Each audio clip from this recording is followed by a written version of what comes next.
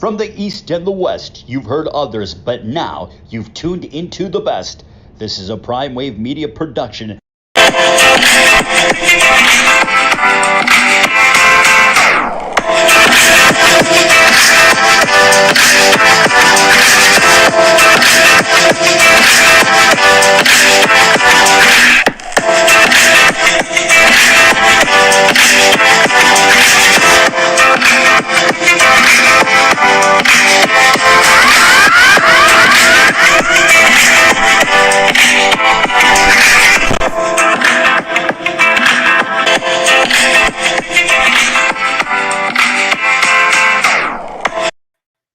What's up, world? It's the one and only Pop DBIC, the Primetime Capper, and it is time for the premier sports betting show, the Primetime Angles Live. And you know it's Wednesday, and you guys already know I have our regular. I don't consider him a guest. This guy is just our regular Wednesday co-host, the man with the plan, the sports agent, sports radio aficionado himself, Mr. Mike Abadir. What's up, Yo. Mike? Come on, brother. What's going on, man? I'm real happy. Real happy. I'm real happy, man. I'm real happy after last night, man. Red Sox. Last night was good. Let's go, Red Sox. Yep. And then it's going to be now they run into the other side of their AL East nemesis, and this is the Rays. And should be a good series. It's going to be 5 games.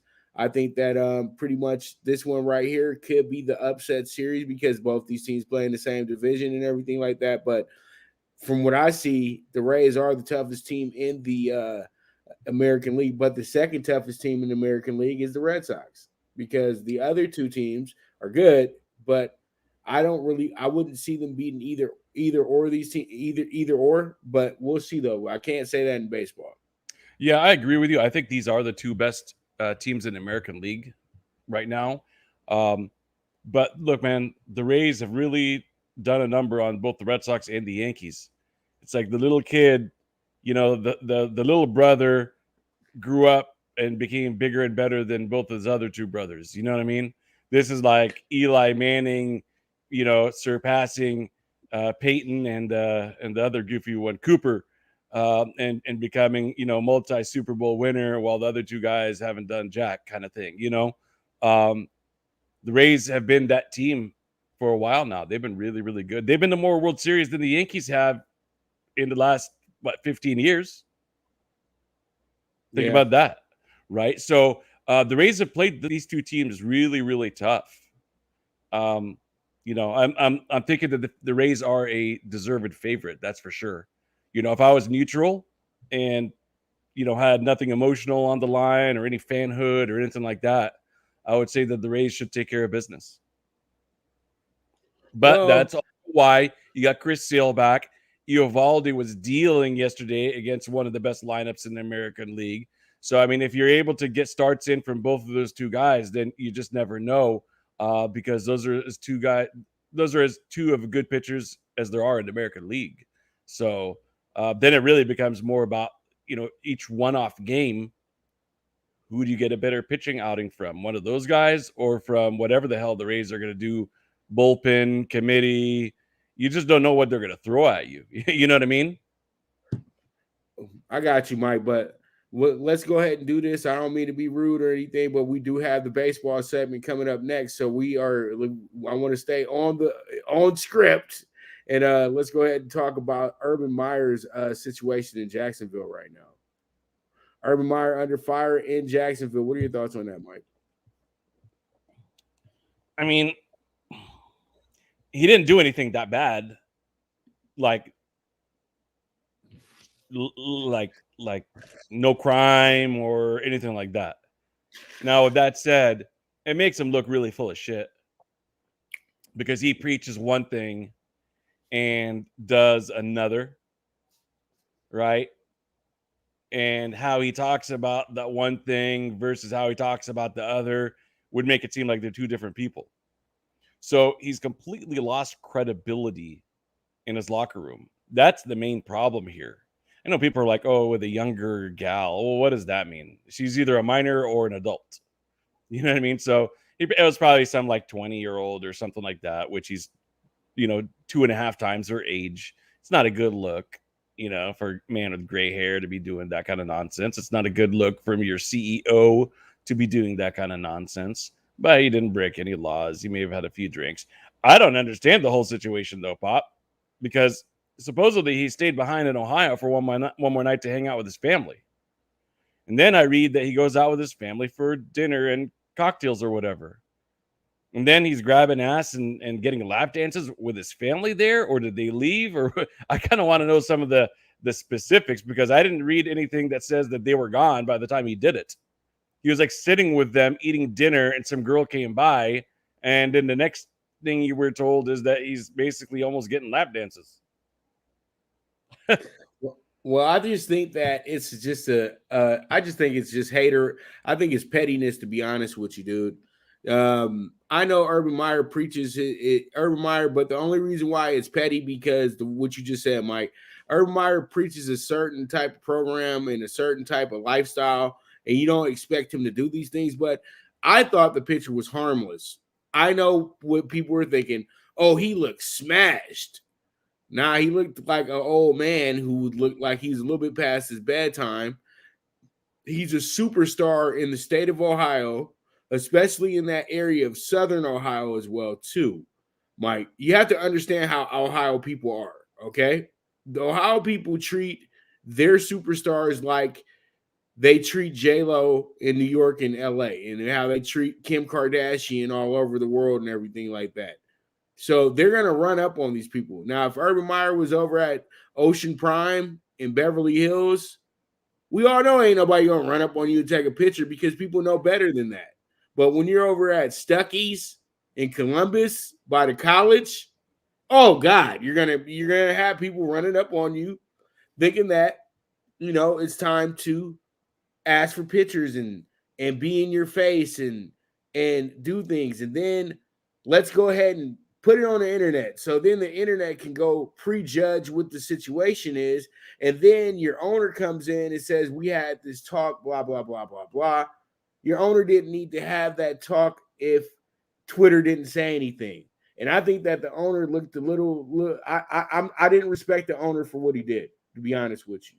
You don't need to go talk to him as if he did something wrong, as if he's letting the team down, because he's not. He's out to dinner. He took a picture with somebody. They put it on the internet. There was nothing there. You didn't see him sticking his tongue down her throat. You didn't see him coddling her. You didn't see her fondling her. Well, there was a picture where you see his hand kind of like touching her ass or something like that. I didn't see it. And you know what? That can be harmless as well, too. You know what I mean? You taking a picture, your hand slides somewhere else.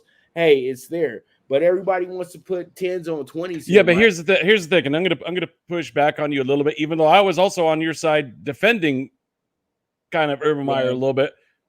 I will say this: would you want to see like Bush or Obama or Trump? Biden's too old. Biden's too old to go out anyways and have lap dances and stuff like that. But would you want to see one of those guys? Where's the video of the lap dance? Is it somebody's story about a lap dance? It's an exaggeration. It was an exaggeration. She's shaking her butt, like getting low on the dance floor, like, and kind of almost like doing the grinding thing.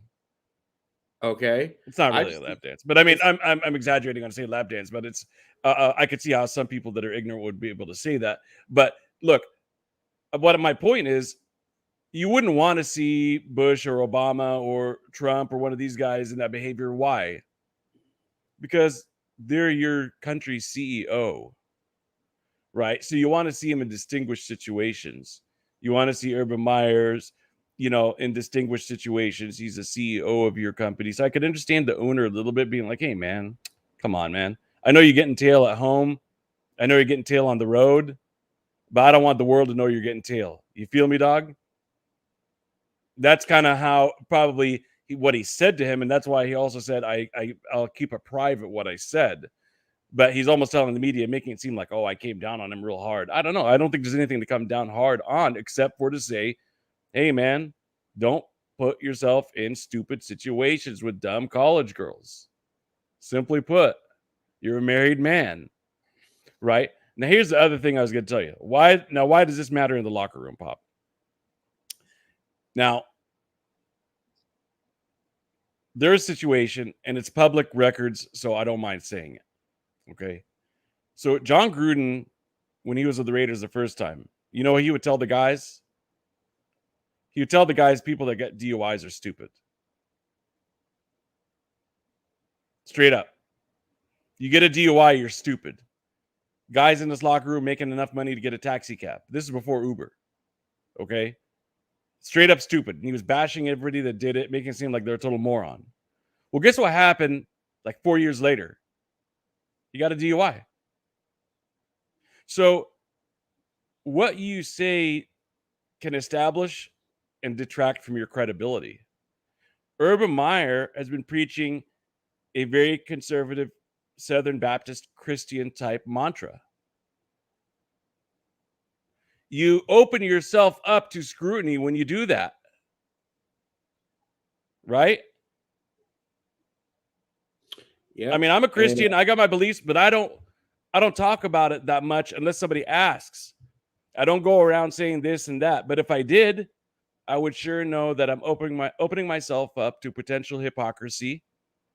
And every mistake that I do, people are going to pin it back. Oh, I thought you're a good Christian and all this stuff. You bring yourself scrutiny when you do that, Pop. Okay, so let me give you an example. Okay. And nobody talks about this. Okay. But Jerry Jones was caught in a compromised situation a few years back. Nobody even brought it to nobody even really made a peep about it. Well, they did bring it up.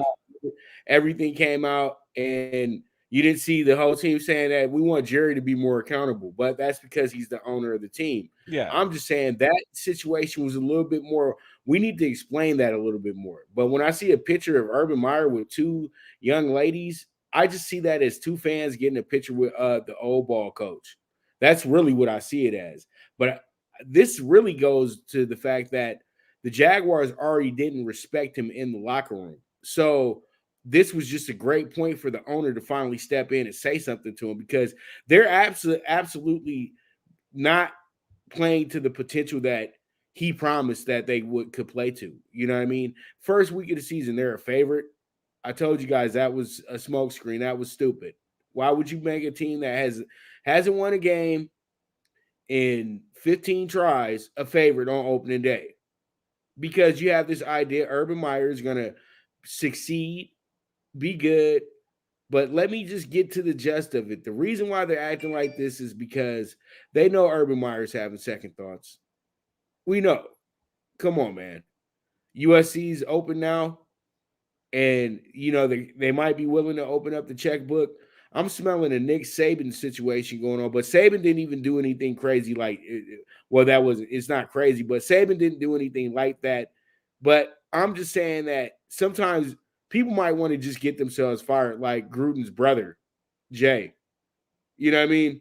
You're over there at the bar drunk and you're over there serenading some young lady and everything like that. It gets out. You guys are struggling. You're playing bad football. And pretty much you don't care, because then you go back that next Sunday, you guys lose big again. And then next thing you know, you're fired. And it was almost like, thank you, after he got fired, because that was a toxic situation that he was involved in. And I'm thinking the same thing, that this organization isn't ran well, because when your owner has to come out and talk like that, it's almost like you belittle the grown man, Mike. That's what I just didn't like. I would have thought that he would have took the Robert Kraft approach and said, you know what, I talked to the coach. He explained, we explained the situation.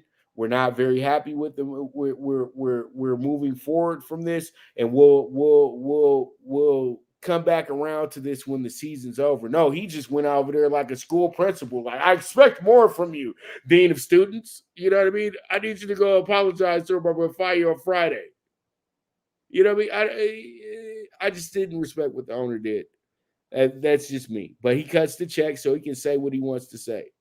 But they need to be held to the same thing as the coaches, because this is a business at the end of the day as well, too. It's true, but who's going to punish Jerry Jones. Well, if Roger, well, you know what? If you had somebody used to punish Al Goodell ain't Davis going to do all it the time. because Jerry Jones pays Goodell. So Al Davis had to get punished all the time by the commissioner. So Jerry's just exempt because he's rich. No, Al Davis, it was franchise related, Right. Whereas Jerry Jones, it was a personal thing or whatever. But look, I hear you. There's double standard. Let's face it, man. Right. Regardless, There's no doubt in my mind that most of these owners are getting hookers and doing this and doing that and whatever. Right. I'm not saying all of them, but I'm saying a lot of them do a lot of stuff that we never find out about. Remember Kraft? He was going to those, what do they call them? Rub and tub or whatever they're called. Right. Massage parlors. He was going to one in Florida. They pushed out Jerry Richardson. Well, wasn't that because there was some racist past or something? Man, I don't.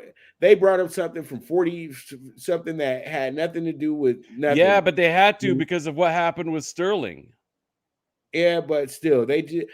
Jerry, his players loved him. I never heard Jerry say anything racist or say anything crazy. Donald T. Sterling was just a crazy man. It's a difference. You know what I mean?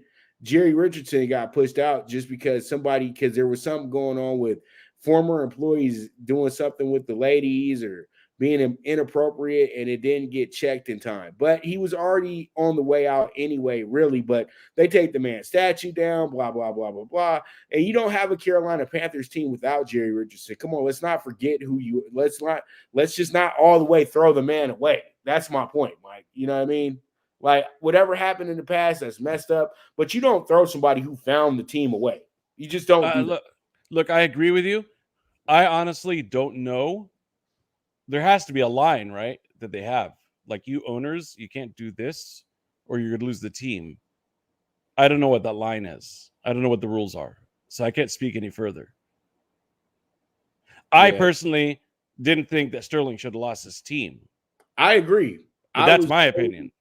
I was very frustrated about that whole situation with Donald T. Sterling, is that he said something that was a wiretap. And usually when you get a wiretap, even prisoners get lighter sentences because they were wiretapped, because it's not legal. Okay.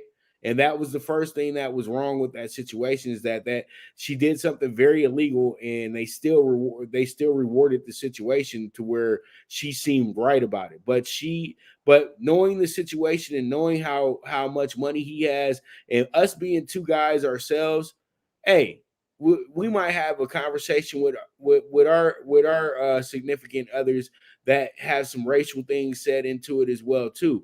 But because he was jealous. He's speaking out of jealousy. Right, exactly. And the thing is, though, she was kind of out of pocket for bringing other people to his basketball games. It's just that simple. You know what I mean? It's your tickets. You saying you bringing your home girl, but then if best behold, you got Matt Kemp over here, cheesing and trying to hold your hand and doing all types of extra stuff. And, Donald T. Sterling got the idea that, why the hell are you bringing Magic to the game? Magic can get his own damn ticket to the game.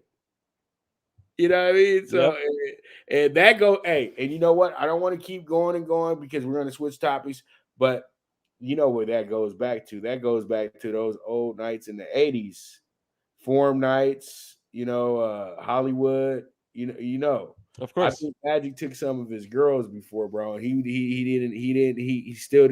wasn't over it yet. Exactly. Because you gotta understand, this guy was in the Jerry Buss circle of life. See, that's what people have to understand, that, you don't like Donald T. Sterling, but rich people, he has rich friends that control parts of LA that love him. You know what I mean? And my whole thing about it in terms of the racism allegations is there's recourse.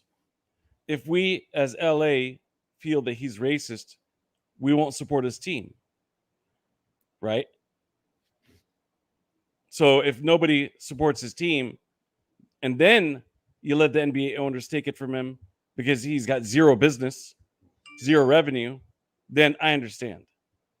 They were way too reflexive in the situation. They know that they were 20 years too late with Donald T. Sterling if they want to regulate anything that man was doing, because when the Clippers played in the sports arena, they were by far not one of the worst franchises in the NBA. They were one of the worst franchises in total in all of sports. But they were turning a profit still. Time. Yeah, they were. And that's the whole thing, because Donald T. Sterling knew how to sell tickets the right way with the Clippers. Hey, you put them up there cheap, you sell food cheap. Hey, then you get all the cheap people in LA to show up for the basketball game. It's that simple. You know what I mean? And I'll let all the fancy folks go to the to the Laker game.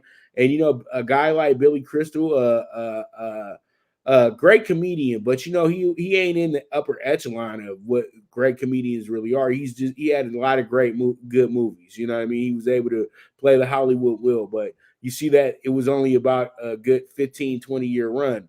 You know, so pretty much Billy Crystal is the epitome of what the Clippers are in the entertainment world, and that's why he loves that team so much as well too. Like he had a great story. He says that I was sitting like 20 rows back at the Laker game, but you know, we go to the Clipper game, you sit where you want. You know, you can just be over there hot five the players and be in front rows because they didn't give him no respect at the Laker game. Yep. That I'm like, whatever, man. You're not big enough. You're a B-lister. Exactly.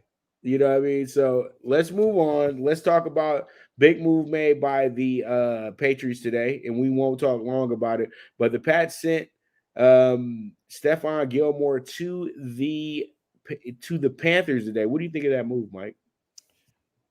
I think it's a good move for the Panthers. Yeah?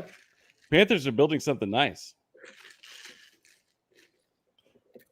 I'm telling you what, I don't know if their quarterback is the answer or not, but they put together a very good foundation. If McCaffrey can stay healthy, that team is going to be going places, man. They're going to be a force in the NFC. I'm telling you right now. Now, the Patriots get back a 2023 round 6 pick for a defensive player of the year. He's a 2-time All-Pro, Pro Bowler 4 times.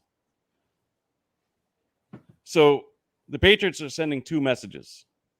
Number 1, we want to have a foot on our future. Number 2, we don't want to pay this man. Simply put. Now, they let go of somebody else for a round 6 pick. That was a DB. Do you know who that is? The guy who caught the interception in the Super Bowl off Russell Wilson. Was it Malcolm Brown? They did the same thing with him, and he hasn't done much since then. So there's some precedent here, and the Patriots are usually spot on. They're kind of like the Oakland A's. When they move off of a player, typically they've gotten the best years out of them. That's my take, Pop. Well, I'm going to be honest with you. It just seems like when Bill and them just don't want to pay you, this is what they do. You know what I mean? And if you stick around and say you want to be the Patriots way and just deal with it, then sometime eventually Kraft will give you an extension. He'll give you a deal, but it won't ever be the deal that you're looking for. You know what I mean? Because they play what you just said, they play the money ball situation and they play it well. You know what I mean? And even Tom Brady wasn't even the highest paid quarterback ever when he was with the Patriots. And that's a damn shame, to be dead honest with you. I mean, because we got a lot of a lot of guys that got the title of highest paid quarterback did not perform well over the last decade as well, too. Even though, you know, Peyton was another one that also, you know, gave up money to make sure they could sign guys as well, too, because he got a lot of endorsements. So Gilmore going to the Panthers, this is an upgrade for the Panthers in the corner situation because they are a little short at the corner position, and this makes them a little bit more legit when it comes to moving forward and actually being a team you can take a little bit more seriously here in the NFL. Now that 3-1 looks really good because after the way that they got whooped by the Cowboys Sunday, you thought might be some issues moving forward with this team. But now I think that they righted that wrong very quickly. You know, I like them a lot. going into this home game against Philadelphia this weekend as well too. So, you get Gilmore. Gilmore will be there, and this is simply to try to put the right personnel together to stop that team in Tampa. This is exactly what they traded for. You know that. So they could actually be right here in the thick of things in this division and make sure that, they got somebody here to play some defense for them at the end of the day. And that's going to be, and this is exactly where, pretty much what they're on, and this is what they want to do. And I like Gilmore to the Panthers. I think this makes a whole lot of sense, but I'm like you, Mike. A lot of times the Patriots get rid of a guy and the guy just doesn't play as well as he did when he was with the Patriots. But we've had a few exceptions, though. Guys like Richard Seymour, who was really good with the Raiders. I love how Seymour played with the Raiders, but we all know the biggest reason why he was out of New England. It was because of money and because of his being very undisciplined a lot of times as well, too, because he used to just irritate me how much Seymour would, make bonehead plays to mess up drives or something of that nature. But he was such a monster, though. Completely agree, Pop. 100%. Yep. So we'll move on. Let's go ahead and jump into our next topic in hand. And the Bears named Justin Fields the starter for the rest of the season. Justin Fields looked really good against a bad Detroit team last week. But this week he goes against the Raiders, who have one of the more below average defense in the league, even though they do have a monster pass rush with their two ends and outside backers. Other than that, they're still struggling, Mike, on the defensive end. But let me stick to what I'm talking about. It's Justin Fields. Justin Fields got the job. My biggest takeaway was how sad the coach was when he had to name him the starter. And it makes me just feel that somebody from upstairs made the phone call and told him that you better not dare think about starting Andy Dalton on Sunday after what that kid did at Soldier Field against one of our most hated rivals. The Andy Dalton experiment is over. And if you want to move forward with that, Coach Nagy, the Coach Nagy experiment is going to be over too. And I think that's exactly what happened, because the offensive coordinator has more respect in that locker room right now than the head coach. I'm just going to let you know that right now, Mike. Laser he's running that house right now. And I really do think that this is what Justin Fields needed. He needed the confidence of the organization moving forward that he is the man, that he's not a backup that you're trying to put together, do this Mahomes thing. I told you guys from day one that Justin has to be a starter. He's never been a backup like that he's a learn on the job type of situation. And it was day and night from where he was at in Cleveland to where he was at in Chicago the next week. I know he was playing against a lesser team, but he showed exactly what he can do, moving forward. And when you get better after such a bad game like that, your future is really bright, in my opinion. Mike, what are your thoughts on this? First-time quarterbacks are like first-time pitchers. The lineup hasn't seen you first time around. So advantage pitcher, advantage quarterback. Right. We've seen a lot of QBs come out blazing and then get stopped. RG3, Kaepernick, you could go on and on and on. Minshew. I don't think Fields is going to be a good NFL quarterback in the long term, but I think he might have some early success. That's my take on Fields. So I don't like him as a long-term quarterback. Fields is going to be a good quarterback moving forward. I think he's got limitations, accuracy problems. Not as bad as Trey Lance. Here's the thing, Pop.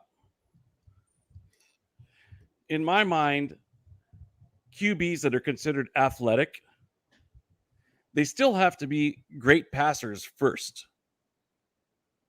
Because if their game is predicated solely on their speed and athleticism, think of how many sacks they end up taking. Think of all the pounding that they take. inevitably, because the quarterback's involved in every play, he ain't going to be as fast next year, not as fast the year after. It just goes down. You want an example of that? Michael Vick in Atlanta versus Philly. He was strictly a passer in Philly. Great passer. Not Fields. Well, Mike. I'm gonna have to. Vic, biggest issue for Vic in Atlanta was those guys just drop a lot of passes. Those receivers. That's why he couldn't stand Roddy White, because Roddy White would drop everything Vic threw to him, and then as soon as Matt Ryan came, all of a sudden Roddy White was a top tier receiver in the NFL. That just didn't make any sense to me. You know what I mean? So, but that proves my point. Vic was a passer. Yeah, that's what I'm trying to say. He was a good NFL quarterback. The reason White couldn't catch him, by the way, is because Vic's a lefty, and the ball comes out differently. Mike, that's a sorry excuse, man. He's a NFL wide receiver. His job is to catch the ball. It didn't matter if Mike was a lefty or not. How are you still in the league if you can't catch the ball? You know what I mean? So you explain how come with a righty he was so good, and with a lefty he had so many drops. It's because of what type of player he is. Because he said what he was doing. He used to be in he used to be in those clubs partying, not focused on what he was doing, and pretty much that's where he changed his whole career around. Because the owner gave him an ultimatum. I like you, but I'll get rid of you too at the same time. You know what I mean? And that's from what I saw what happened with Roddy White in that situation, everything like that. But why would he drop a ball? Because he's not going to clubs. Or going to clubs. You know what I mean? Well, I don't get it then. I don't know. I don't get it then. Then why was he dropping balls that I'm telling you, yards ahead of the guy, and the ball was right there in his hands, and he dropped it? I'm telling you, man. That's not on the quarterback, Mike. When the Niners switched from Montana to Steve Young, a lot of the guys on the team were like, we had to make some big adjustments because of his arm angle and because he's left-handed. It's totally different. Totally different when you're taking a slant coming across the field from right to left. Now the slant is going to be the other direction. Guys have a better side than another. Just think about you catching. Do you prefer to catch it on your right or on your left? It didn't matter because when I played football, if we was a right-handed quarterback, a left-handed quarterback, and I play quarterback as well too, and I'm a lefty. So pretty much there you go. That's why you're defending the lefties. Yeah, because when it comes down to it, just catch the damn ball. I'm not saying lefties are bad throwers. Look, I'm not saying lefties are bad throwers. I'm just saying it's just catch the damn ball. Different. That's my point. Yeah, I hear you. You're 10 yards ahead of somebody, might catch the ball. It don't matter if it was an ambidextrous quarterback throwing it to you. I hear you. You know what I mean? Seriously. I love you, man. What you got? I ain't trying to jump on you like that. But all in all, Fields, to me, let me just explain to you why I think Fields is going to be good, and we'll go to commercial. I think Fields is going to be good because I didn't see him really struggle that much at Ohio State. Yeah, I know he had Sunday receivers as well too, but he has a pretty deep ball as well. And he also, when he gets comfortable, he'll be able to see the plays before the plays even happen. But this season, though, is going to be all learning. And I think we both can agree on that. But I think his future is really bright, to be honest with you. I think he's still the second best quarterback in this draft. And I think what we're more thinking as, and I don't want to speak for you, but I think you're thinking more as that it's the Bears. They don't know how to develop quarterbacks. They are where quarterbacks go to die, pretty much in the NFL. If you're a young quarterback, that not to die, but to be a backup somewhere else in 4 years. Well, that too. And that's the Bears mantra right there, the Bears mentality. 100%. You know what I mean? Like, let's just This is just another Mitch Trubisky, man. Yeah. This is just another Trubisky. Fast dude who's not a great thrower. Trubisky, but he's better than Trubisky.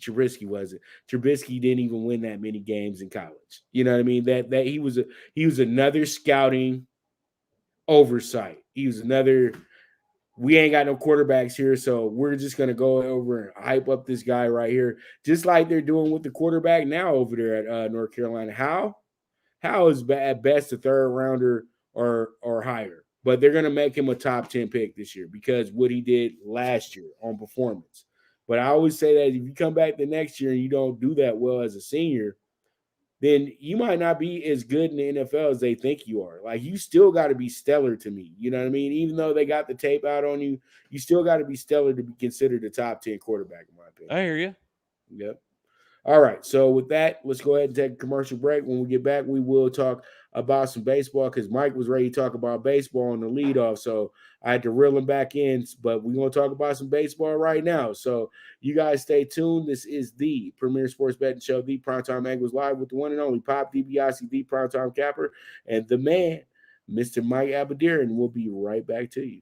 Good News Only Racing Club, led by the legendary Doug O'Neill, the trainer of 2 Kentucky Derby winners, and I'll have another in Nyquist. Also trained 2-time Breeders' Cup champ Golden Sense, who are just a part of a long list of thoroughbred champions trained by Doug O'Neill. The Good News Only Racing Club has a young core of horses to look out for in Dennis's Celery, Irish Heatwave, and Notre Dame, just to name a few. Win the day every day with the Good News Only Racing Club, a proud sponsor of the NFL Bet Exchange. From the East and the West, you've heard others, but now you've tuned into the best. This is a Prime Wave Media production.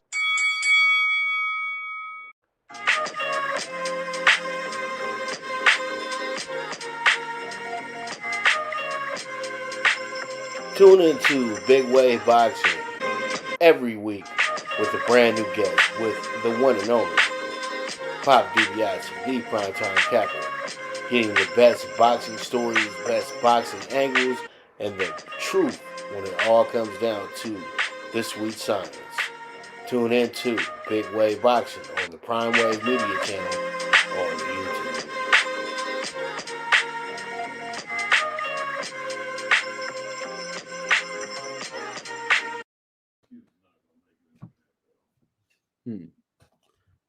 Agreed. All right, we are back with the premier sports betting show, the Primetime Angles Live, and we got the MLB playoffs to talk about. And let's pick up where we left off to start the show, Mike. Yankees and Red Sox. Well, Yankees, forget about you. Me and Mike probably feeling real good. Me and Mike, get up. If I saw Mike right now, we would probably do the Washington Redskins super high five real quick because we both said that the Yankees were not going to be in the playoffs this year, in the real playoffs, and that's exactly what happened because the Yankees, at the end of the day, everything caught up with them. Not enough hitting, not enough pitching. Maybe we need to go ahead and recalculate this budget a little bit and get rid of one of these power hitters because it ain't working. It's that simple. The Yankees have been an utter disappointment in the last 6 playoffs that I've watched. Seriously. Or whenever they got Stanton. You know what I mean? Because I think Stanton's been there 5 years now? So whenever they got Stanton, whenever they brought in Judge, this whole Yankees have been nothing but an overhyped situation, and it's just getting tired. You know what I mean? I don't want to cut on the channel and watch this TV show anymore. You guys got to get some new characters. That's how I'm feeling with the Yankees right now. And pretty much that's my last 2 cents on the Yankees. Yankees, have some fun in Cancun, Tulum, Bahamas, wherever you guys go. Make sure A-Rod pays for it too, since he loves y'all so much. The Yankees were the team of the 1900s. But if we're looking at this century, this division has been the Red Sox and the Rays. They've owned this division. The Red Sox and the Rays. Just the Red Sox, not the Rays. The Rays got good about 2 years ago. They were in the World Series against the Phillies. What? Back in 2008? So I'm talking about this century. in the Yeah, and 2000s. the Yankees played the Phillies too, and they beat them. Not in the 2000s. Oh yeah, 2009. Well, they did in 2010. Yeah, but that's only one. Tampa's been in the World Series more and times. the Rays have none, so they haven't really been dominating the division. It's been about the Red Sox really the last decade, or the Yankees. But the Rays been good the last 2 or 3 years though. The Rays are always competitive, man. Yeah, even in last place. Well, They were in last place a few times in the last 10 years as well too. I'll bet you the Rays have a better record in the last 15 years than the Yankees. Wow, but I agree with you. It is the Red Sox. I was maybe being nice to include another team. But Yeah, right now, at least, Sox. right now, at least, the Blue Jays are ahead of the Yankees, in my opinion. Like, they've got three teams they have to surpass. That's my take on it.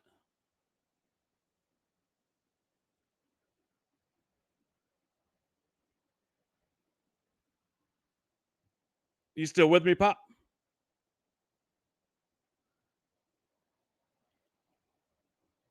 All right, folks. It looks like one of us at least has dropped off. I think Pop was about to come at me with a pretty good take, too. So we'll have to wait and get his take when he comes back on.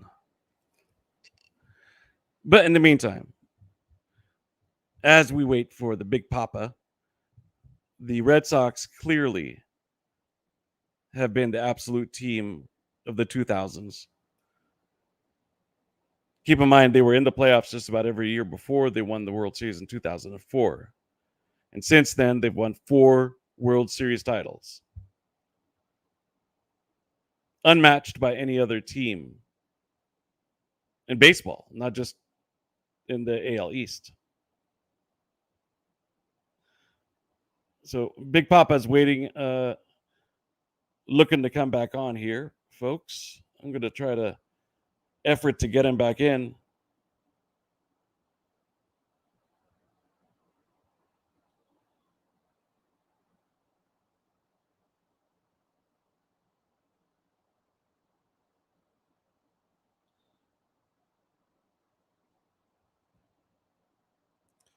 Well, in the meantime, okay, let's take a look at this graphic that we've got up here. So the Red Sox now have advanced. Tonight, we get to see the Dodgers and the Cards. Now, the Cardinals are the hottest team in baseball. They're playing the best ball over the last 3-4 weeks. The Dodgers, obviously, are a team. I don't think there's any other team that's won 105 games and not won their division. So this is a very intriguing matchup, you know, dealing with the hottest team against the best team on paper. And I'm excited for when Pop comes back on to get his take on it, because he's a big Dodger fan, but I think he could be objective about it too, just like I could be objective about the Red Sox and identify their limitations. Now, the irony of today is this. For whatever reason, Trevor Bauer decided to chime in. He had been gone for a long time. And then all of a sudden, come playoff time, he wants to play baseball analyst. So you already know that the reporters are going to be asking his teammates, what do you think of Trevor Bauer? Should he be commenting on baseball? Dave Roberts going to have to handle it. The players are going to have to handle it. Is it going to be a quote-unquote distraction? I don't think so. I think these guys are professionals that know how to deal with it. But I don't think they want to deal with it, man. I think they want to focus on the game. Well, I'm gonna be dead honest with you. You know, the Dodgers probably gonna say next question on that one, because people got to understand that he hasn't been with this team long enough to where they got a real relationship with him. He was just another player that was on the team now, and guys have already, pretty much expressed how they felt about Bauer earlier when he got caught up with it. There were some upset Dodgers, that he wasn't handling his business the right way and everything like that, but they've been moved on. You know what I mean? And I think that reporters who want to just keep bringing it up, those reporters are just the ones that are just looking for a way to just have a story. You know what I mean? Instead of just sticking to the script and Well, just it's only because Bauer's a superstar. That's right. why. But we got a playoff game going today. We can deal with that in the off season. We know what's going on with the guy. Yep. He can't play. So if he can't play, let's not bring him up. We don't have to. You know what I mean? Because he hasn't been here for 6 months, and all that you doing is just looking for a story. Bill Platsky's of the world. You know what I mean? those people, and right now the Dodgers are the type of team. Now, if it was the Lakers, it would be different. You know what I mean? Because they could let something like this get to them. But this is the Dodgers. I think that they're more than prepared to really go ahead and be ready to win this game today. You know what I mean? Because this game is so important. Mike, you just said it. You don't want to embarrass yourself as a team that won 106 games, and you're embarrassing yourself because you over here thinking about a guy who was being irresponsible in the first place. He thought he was just having some fun, but he knows he knew better than that. And pretty much now, everybody sees it. At the end of the day, he's going to probably get acquitted for it, because I'm hearing a lot of sources say that, pretty much was too much going on to where,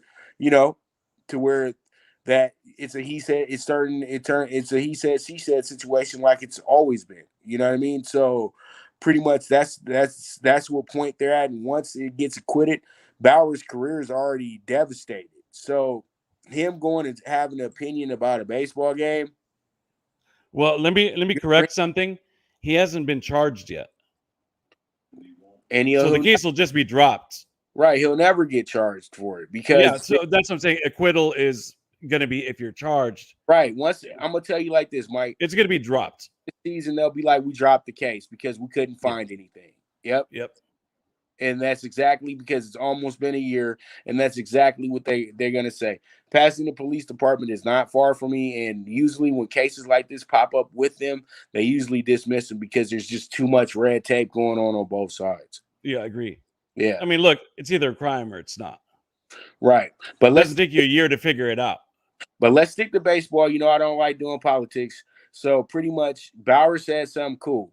But the Dodgers have to put themselves in the underdogs role tonight, because the Cardinals are a hot team. And you have to respect the fact that the Cardinals do have a guy that's been there for a while pitching for them tonight, Adam Wainwright, who's won multiple championships with this team as well too. But then when you look into the dugout, the greatest slugger ever for the St. Louis Cardinals is wearing Dodger blue. So hopefully he does what they did to the Dodgers back in 2013 and shows the Dodgers what pitches are coming from the Cardinal side of things, because the Dodgers got really, really, sign stealing didn't start with the Astros.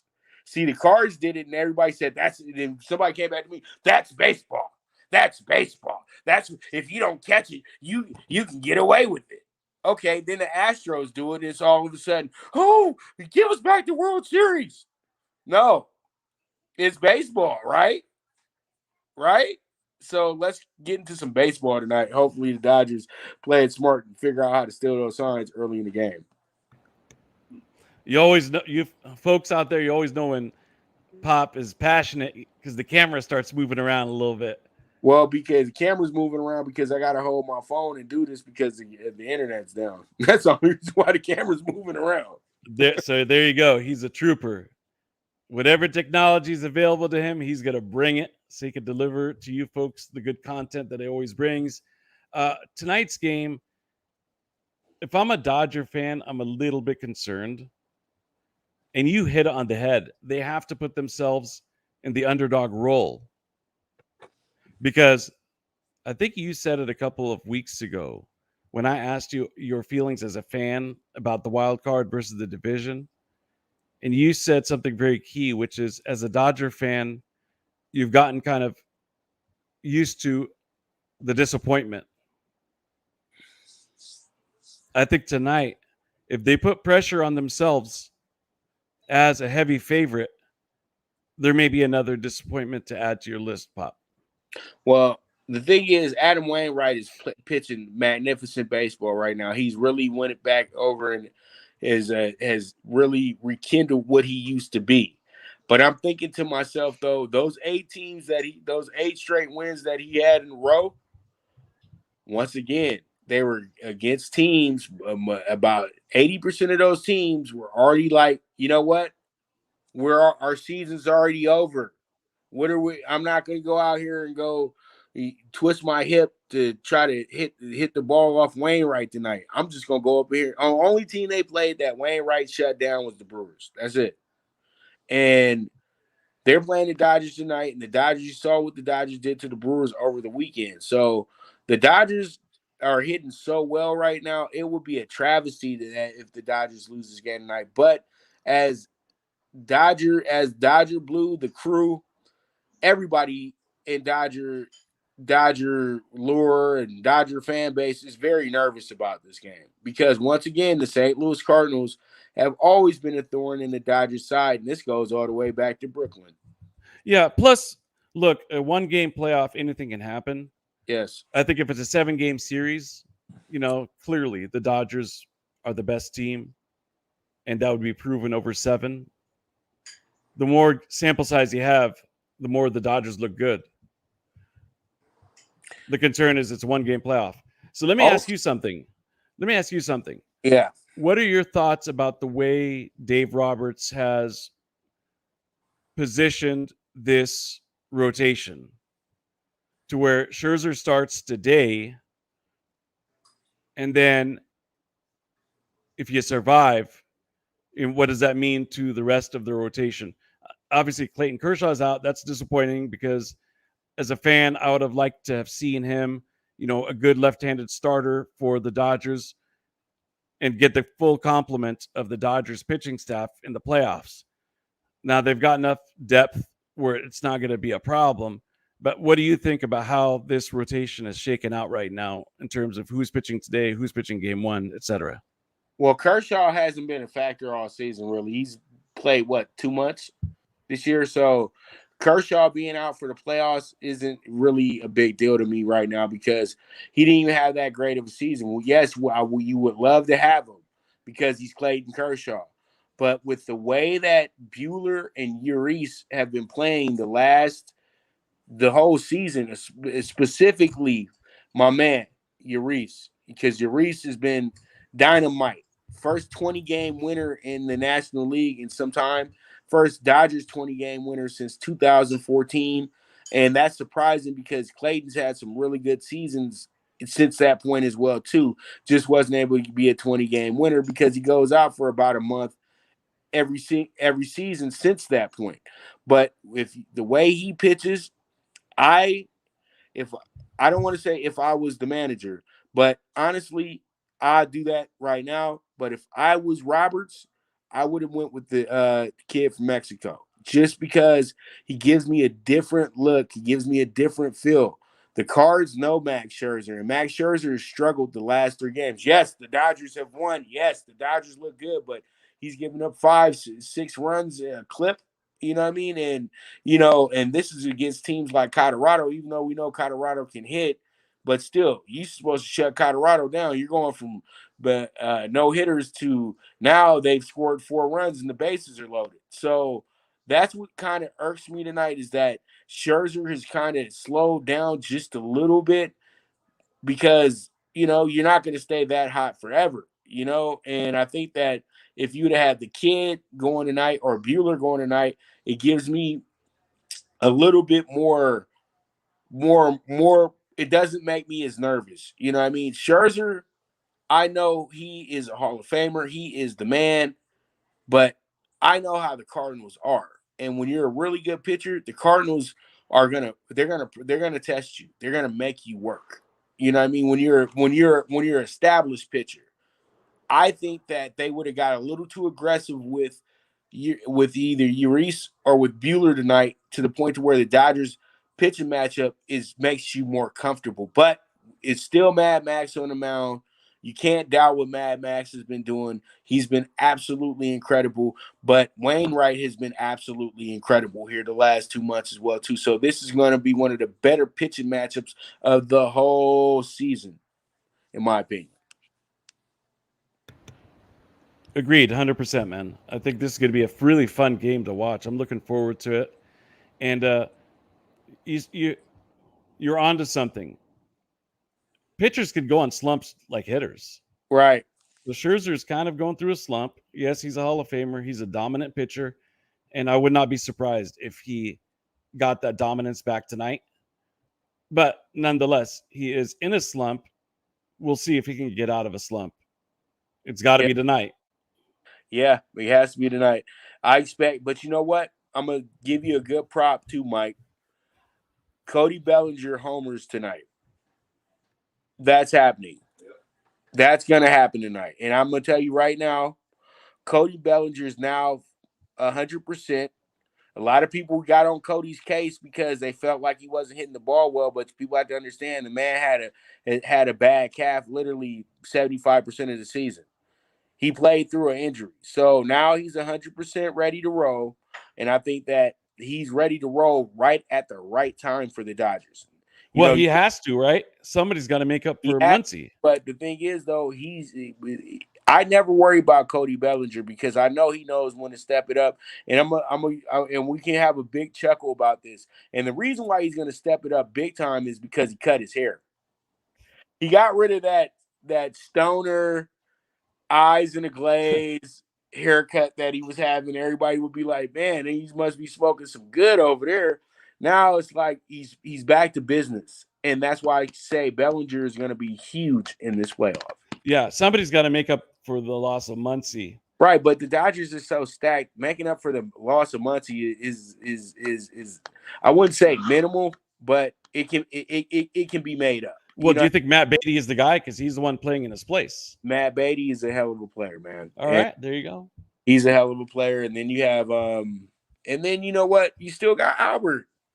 Albert could go ahead and be the postseason Albert that we all know and love, you know? Yeah, but it almost sounds like you're dismissive of probably their best hitter in 2021.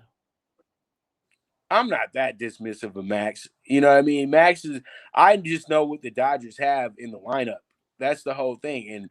And they have a lot of hitters. Corey Seager is there to be a big hitter. Bellinger's there to be a big hitter. Trey Turner's there to be a big hitter. JT's there to be a big hitter. So the list goes on and on when it comes to what the Dodgers have hidden wise. But Max Muncy is a big piece of it. But this isn't like how when the Angels lost Trout. You know what I mean? It's not the same effect, but it is something that you say to yourself, damn, we are losing our best hitter at the worst possible time, but there are other guys in here that can step it up because Muncy will go on a slump for a while, then Bellinger steps it up. You know, then Muncy comes back around, Seager goes on a struggle, he struggles for a while, and you know, it comes and goes. You know what I mean? But it is pretty bad timing with Muncy going out right now, but I have the utmost confidence in the guys that they have in that dugout to swing that bat and hit that ball. Agreed. Yep. I got the utmost confidence in those guys. I think they'll do well. And as long as Mookie's there, they should be good. Even though Mookie struggled this year, but he's another guy that was hurt. See, that's what people don't want to factor in, that these guys were hurt this year. That's why their seasons weren't as epic as everybody wants it to be. You know, everything isn't MLB The Show type stats. You know what I mean? It's baseball, Mike. It happens. There you go. One of y'all favorite players of all time was one of the worst hitters, in my opinion, Mark McGwire.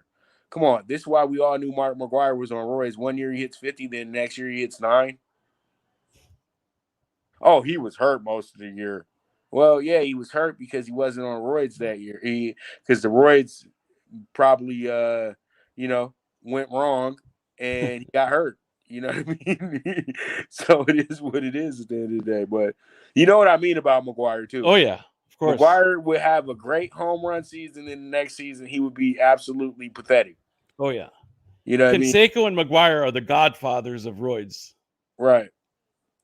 Specifically, Canseco. Because Yeah. Canseco just he reveled in it. You know what I mean? It's different when you when you just admit things, but that guy revels in things. You know what I mean?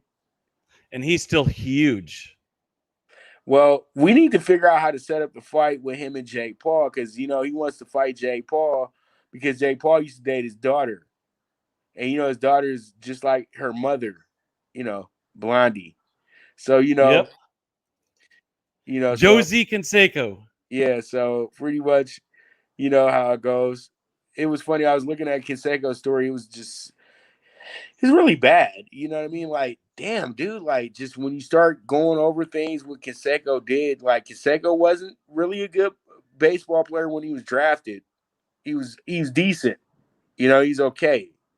And then the A's really weren't thinking about bringing him up anytime soon, but he was killing it. Why not? And then when he got huge, it just was, dude, what's wrong with this guy? Like, he was doing Robin stuff, but he wasn't performing anymore. Robin, Canseco, they are in the league of their own when it comes to partying. We both know this. Oh yeah. Yeah. Nobody can say they party harder than those two. Hall of Fame partiers. Yes. Hall of Fame parties. All right, Mike, this is my tickets for tonight. This is where I'm going. I'm going under 7.5 tonight. I expect a pitcher's duel. Dodgers first 5 innings. I expect the Dodgers to be up. I had the Cardinals under 3.5 tonight and no score in the first inning. What are your thoughts? I like all of those. It makes sense, doesn't it? It does. I know he playing me though right now. I know Mike got that plus 190 Cardinals bet in his back pocket right now, but he's saving it for Gino though. Well, if the Cards win tonight, he gonna be like, Gino, I told you. It's kind of a no touch for me in terms of playing, Right? But I think you're playing on the right sides. Right. And see, man, I want to talk about the other baseball matchups. We're so focused on Yankees, Cardinals, and it's almost like these other guys are just here, like, yeah, you guys are here. That's it. Because we're dealing with what we have on hand today. Good. I really want the Dodgers to get this thing over with because I cannot wait I cannot wait for the San Francisco LA thing to start because this is going to be absolutely epic. And I'm telling you right now, it's going to be a lot of fights in San Francisco this weekend if the Dodgers are to make it. It just that's one thing that we can all expect. We can't expect who's going to win both games, but we can expect a big fight. That's one thing that we can't expect. Yep. And by the way, there is some breaking news from the National League West. Jace Tingler, Padres manager, fired. Wow, that's crazy because isn't that 2 years in a row that they fired the manager at the end of the year? Or they fired the manager the year before he got there. Yeah. Then they thought Stingler was the fix. Then Stingler gets canned because his guy because they didn't make the adequate move at the trade deadline. They didn't want to give up that minor leaguer that probably won't be coming up for another 6 years to get Max Scherzer. See, that's what's wrong with teams sometimes, man, is that y'all covet some of these guys so hard, and then they come up there and they're average players. You know what I mean? And then you don't covet the guys who are maybe lower bottom. You don't covet those guys. Then they go off and they become all-stars. Just makes no sense to me in baseball, Mike. But it is what it is, brother. Always a blast. Santa Anita this weekend. Hopefully, you'll be betting that.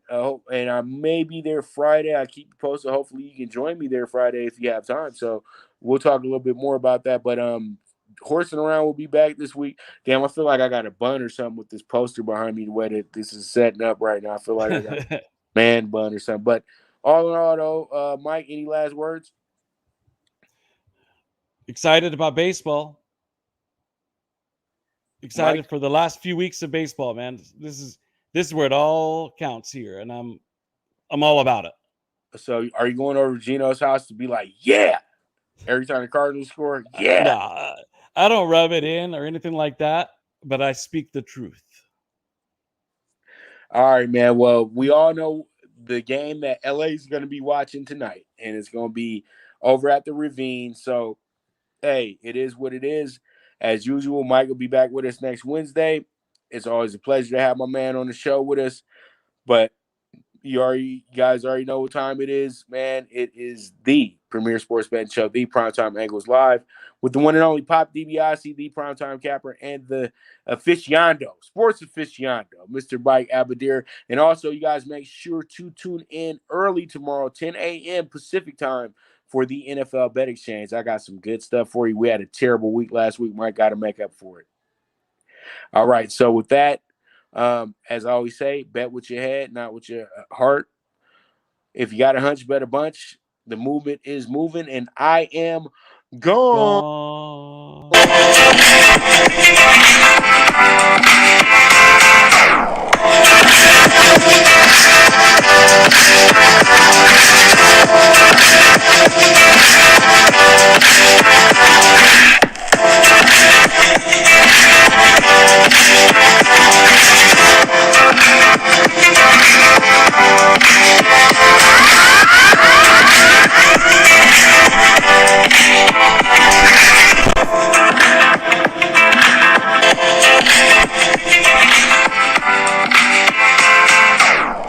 From the East and the West, you've heard others, but now you've tuned